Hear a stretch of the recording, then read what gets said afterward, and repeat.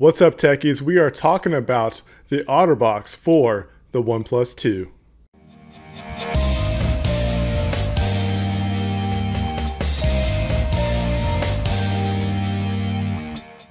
Two fortunate things about the OnePlus 2 is that I was able to even order the OnePlus 2, then also get an Otterbox for the OnePlus 2. I guess 2 is that kind of number that we're talking about, but anyways, this case is actually really cool. It's going to be one of those cases that you probably might want to get for the OnePlus 2 because of the limited options that you have for this phone.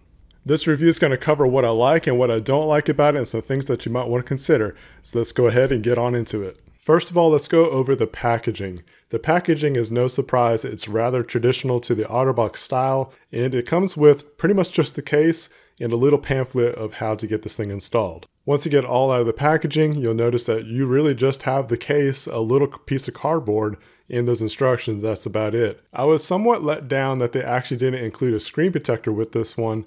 I know in the past that they have actually included a screen protector with the Commuter Otterbox series. While this is not labeled a Commuter Otterbox, this is pretty much the same deal. Before we get this installed, let's go ahead and take a little peek inside and see what it looks like and the different elements that this case includes. What you're going to notice is that this is actually a dual layer case, meaning that it's got a hard polycarbonate outer shell and then a tough silicone inner shell, which is closer to a TPU material. The materials really aren't that much different from what you've seen in the past for any other Otterbox kind of case.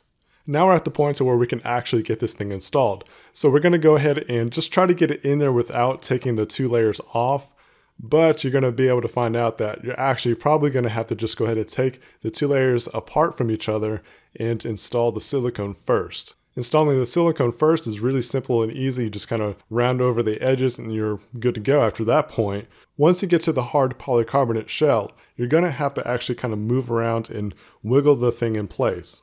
It doesn't actually go in place just as planned or as easy as I would want it to go, but once you kind of smooth over the edges and get all the crevices worked out, it fits in just fine. This case definitely does give me a sense of security when I have this, because I know that if I drop this pretty much on any point of the case or the phone, it's going to be protected. When I'm in the market for shopping around for a rugged style case that I want maximum protection without actually being bulky, there's a few things that I look for. Some of those features that I look for are actually included with this Otterbox. Let's go over those real quick. First of all, it's raised above the screen.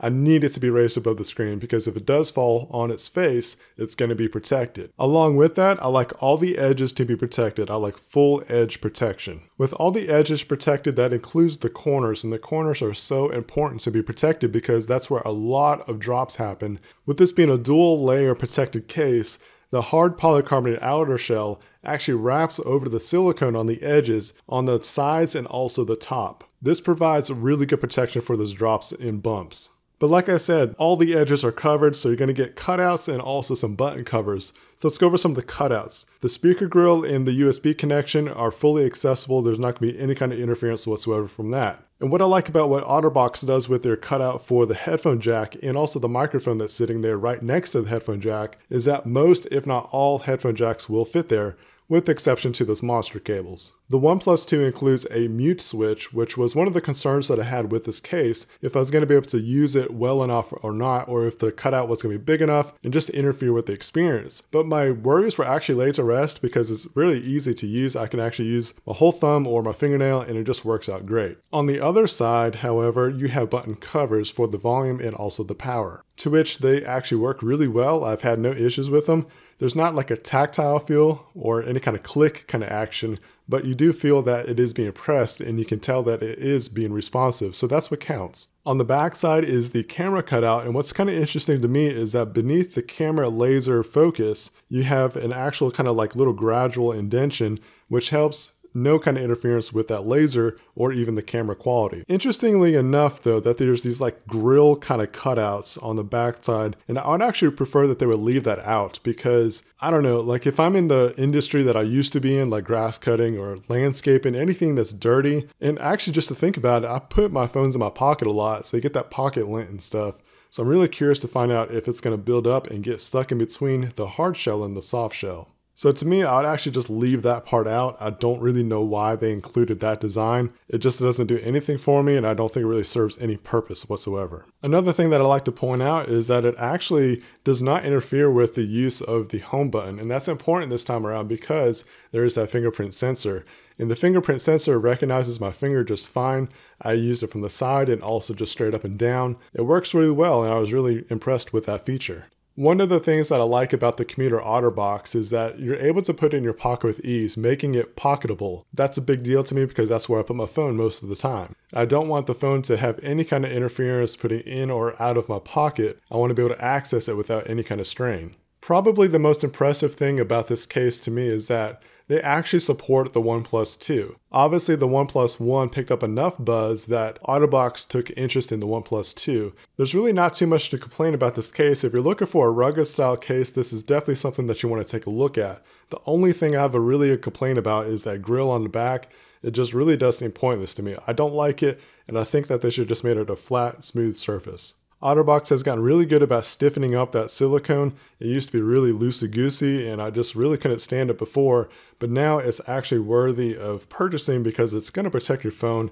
You can throw this against the wall and it's just going to bounce right off. And don't count on me doing that anytime soon. Well, that's been the review for the Otterbox for the OnePlus 2. I hope that you found that this video was informational, and if it helps you decide whether or not to get this case, I think it's worth checking out. If you want to check it out, if you want to get it, I'll leave a link down below in the description. I appreciate you guys sticking around for this video, and if you have not subscribed yet, please go ahead and hit that button now so you can see more videos like this one. I've got plenty of OnePlus 2 coverage coming your way, and until then, stay techie.